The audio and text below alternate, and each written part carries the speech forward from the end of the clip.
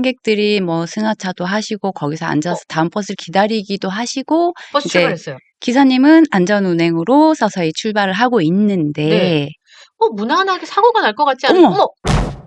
빨간색 외투 네. 입으신 분이 그러면 저분이 이제 경찰서에 연락을 하셨나 보다. 네. 예. 사고는 피할 수 없지만 피해는 줄일 수 있는 방법들이 있습니다. 아누사 TV에서 그 꿀팁을 전해드리도록 하겠습니다. 오늘도 윤서영 지점장과 함께하겠습니다. 어서 오십시오. 네, 안녕하세요.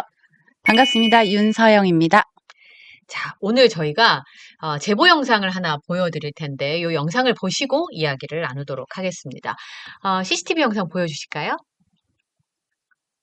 네, 우리 흔하게 볼 수 있는 정류장 모습이고요. 버스 정류장이네요. 네, 그리고 승객들이 뭐 승하차도 하시고 거기서 앉아서 다음 버스를 기다리기도 하시고 버스 이제 출발했어요. 기사님은 안전운행으로 서서히 출발을 하고 있는데 네. 무난하게 사고가 날 것 같지 않은 어머! 빨간색 외투 네. 입으신 분이 도로에서 도로 쪽으로 넘어지신 거죠, 네. 인도에서. 이런 사고가 종종 있는데요. 네. 작년에 비가 되게 많이 오던 여름날에 동작구에서 마을버스에서 내리신 여자분이 이제 가시다가 그러니까 인도에서 내리셨잖아요. 네. 걸어가시다가 미끄러진 거예요, 빗길에. 예. 그러면서 넘어지시면서 차도로 넘어지셔가지고 마을버스 바퀴에 역과돼서 돌아가시는 사고.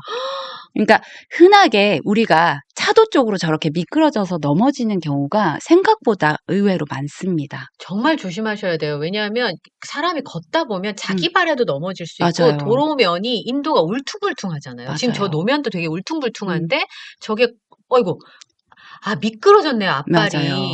근데 제가 그냥 얼핏 보기에는 차와 충돌을 하지는 않은 것 같거든요, 버스랑. 일단은 저 영상은 기사님은 모르셨대요. 저 상황을. 네, 상황을. 운전하시는 네. 동안. 그래서 승객 내렸고 다 태웠고 이제 안전하게 출발하고 앞에 신호를 확인을 하고 네. 그러고 가는데 일단은 본인은 무슨 일이 있었던 건지 모르는 거예요. 경찰서에서 전화가 왔어요, 회사 쪽으로. 그러면 저분이 이제 경찰서에 연락을 하셨나 보다. 네. 예. 버스에 내 발이 끼었다. 발을 밟고 지나갔다. 아이고. 그래서 경찰서에서 조사받으러 오십시오 하고 회사로 전화가 온 거예요. 어머, 얼마나 놀라셨을까. 그러니까 이 기사님은 이상하다. 내가 운행 중에 사고가 난 게 없는데? 이러면서 회사에 와서 영상을 보게 되셨고 영상을 보시고는 내가 잘못해서 저분 발을 정말 다치게 했나? 돌려보고 또 돌려보고 하는데도 혐의점을 찾지를 못하신 거죠. 그러니까 본인이 과실 부분을 찾지를 못하는데 경찰이 오라 하니 너무 무섭잖아요. 그렇죠. 그래서 저한테 전화가 왔던 케이스였고요.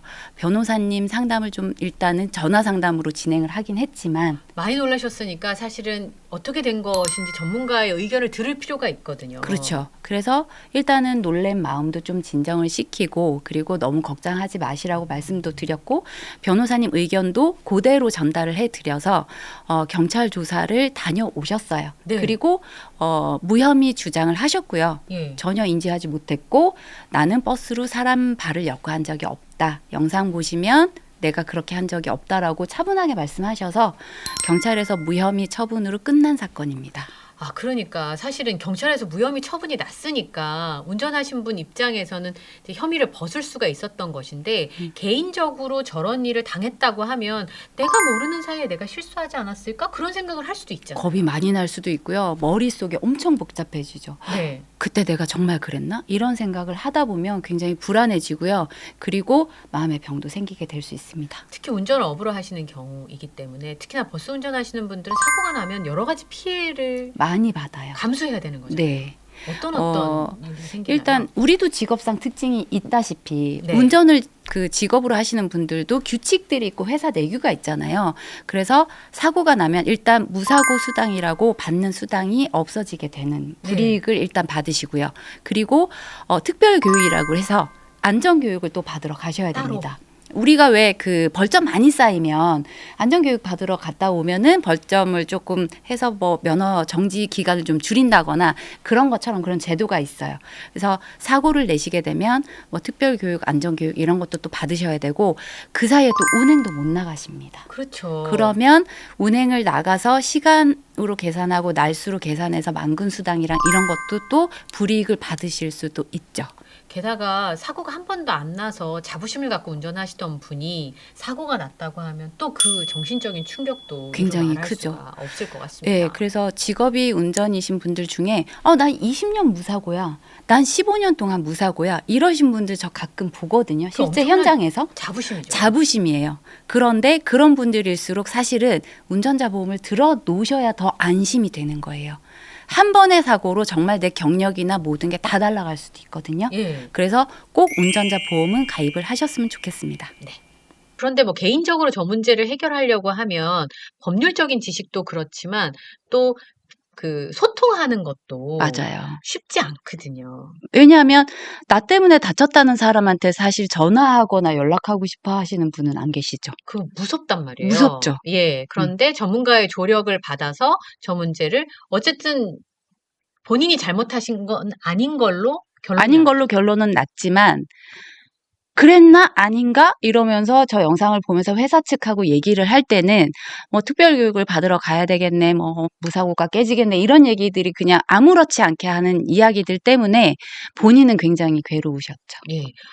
법적으로 또 인제 그 변호사의 조력을 받으실 수 있을 때는 이제 전문인들이 판단을 하게 되는데 본인의 일이 되시면 많이 놀라시기 때문에 저런 경우에는 변호사의 도움을 받으실 수 있었던 게 큰 도움이 되셨을 것 같아요. 네.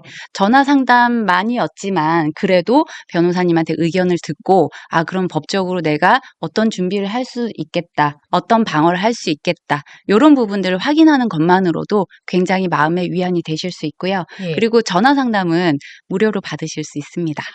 그거 되게 중요한 포인트인 것 같아요. 네. 사실 실제로 인제 사고인지 아닌지 경찰 조사를 받고 하는 과정을 거치지 않아도 이렇게 애매한 경우에 네. 전문인의 도움을 받을 수 있으니까 네. 그럼 운전자 보험을 가입하고 있을 경우에는 그 상담은 무료로 받을 수 있는 건가요? 영업용 운전자 보험을 가입하신 분들 중에 사실은 저도 설계사다 보니 저한테 가입하신 분들만 무료 상담을 해드리고 싶지만 그래도 이런 부분에 대해서 나는 너무 억울하다거나 나 이 부분은 내가 잘못하지 않은 것 같은데 나 억울해 하시는 분들은 연락 주시면 제가 변호사님하고 전화로 무료 상담하실 수 있게끔 거기까지는 도와드릴 수 있습니다.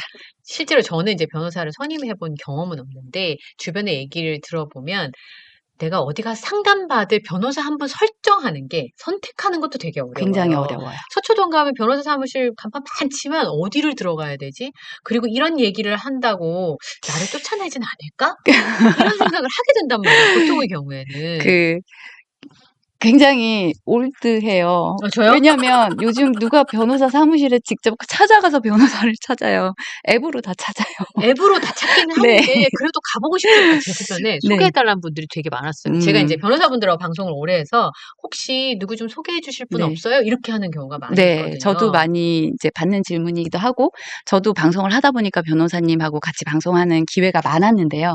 그러다 보니까 자연스럽게 변호사님들하고 이렇게 연락하면서 지내다 보니 변호사분들이 주변에 많아요.